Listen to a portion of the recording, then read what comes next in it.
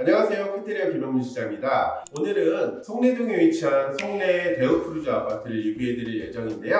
이번 현장 같은 경우에는 저번 현장 관리자 영상에서 저희가 소개해드렸던 현장으로 저번 영상 같은 경우에도 두 편으로 해서 유익하고 재밌게 꾸며놓았으니까 같이 한번 시청해주시면 대단히 감사하겠습니다.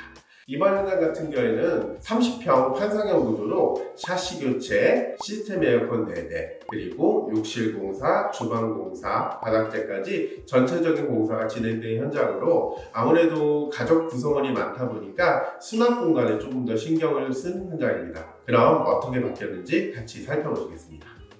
현관 같은 경우에는 현관도 아무래도 가족 구성원이 많다 보면은 기존 30평대 이 한 통 반의 신발장으로는 신발을 수납하기가 굉장히 부족하기 때문에 현관을 이쪽 문 입구방 앞까지 확장을 해서 신발장을 반 통 더 만들어 주었고요. 그리고 그 맞은편에 허리보다 약간 높은 낮은 장을 짜서 신발장이 충분히 수납할 수 있게 그렇게 공간을 확보를 해줬습니다. 그리고 이렇게 현관을 연장하게 되면 아무래도 이 디딤석 같은 경우에도 좀 더 크게 뽑을 수가 있어서 짜임새 있고 괜찮은 디자인이 나올 수가 있고요. 그리고 이런 낮은 신발장 위에 예쁜 오브제 같은 걸 올려놓으시면 아무래도 인테리어 효과가 조금 더 살 수 있겠죠.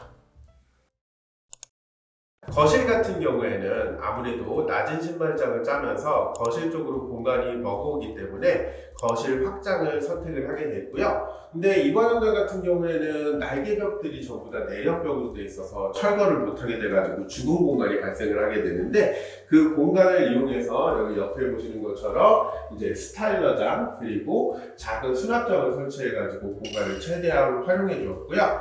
바닥을 이제 확장을 하면서 난방배관 공사를 같이 진행을 했는데 고객님이 이 부분에 굉장히 신경을 쓰셔서 저희들이 뭐 확장 공사를 하면 매번 하는 일이지만 이제 공사 미장을 하기 전에 이제 배관이 시공된 사진을 찍어서 보내드리고 그 다음에 미장 후에 사진을 찍어서 보내드리고 그렇게 고객님께 전송을 드렸습니다. 그런데 이 부분이 과연 난방배관이 그래도 잘 돌까 굉장히 걱정을 많이 하셔서 저희들이 보일러를 틀어놓고 열화상 카메라를 찍어서 이제 보내드렸는데요.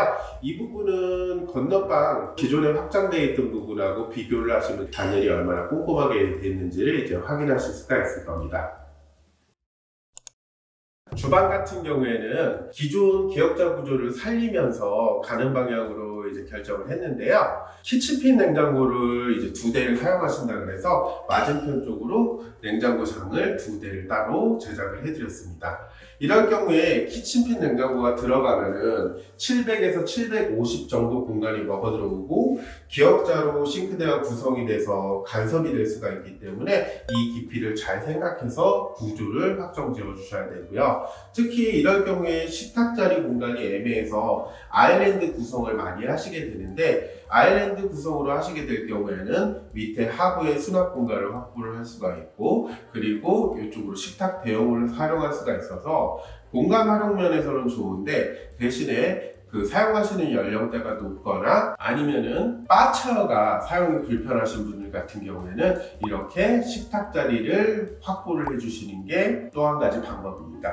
그리고 이번 현장 같은 경우에는 이렇게 식탁 자리를 확보를 해주면서 전면을 타일로 씌고 있기 때문에 주방이 끊김없이 약간 조금 더 넓어 보이는 효과를 가져올 수가 있죠.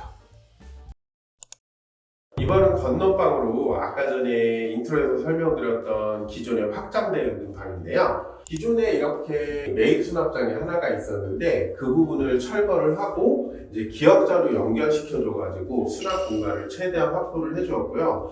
이 앞에 부분 같은 경우에는 이제 책상을 놓으시고 컴퓨터를 쓰신다 그래서 이렇게 공간을 그만큼 남겨드렸습니다.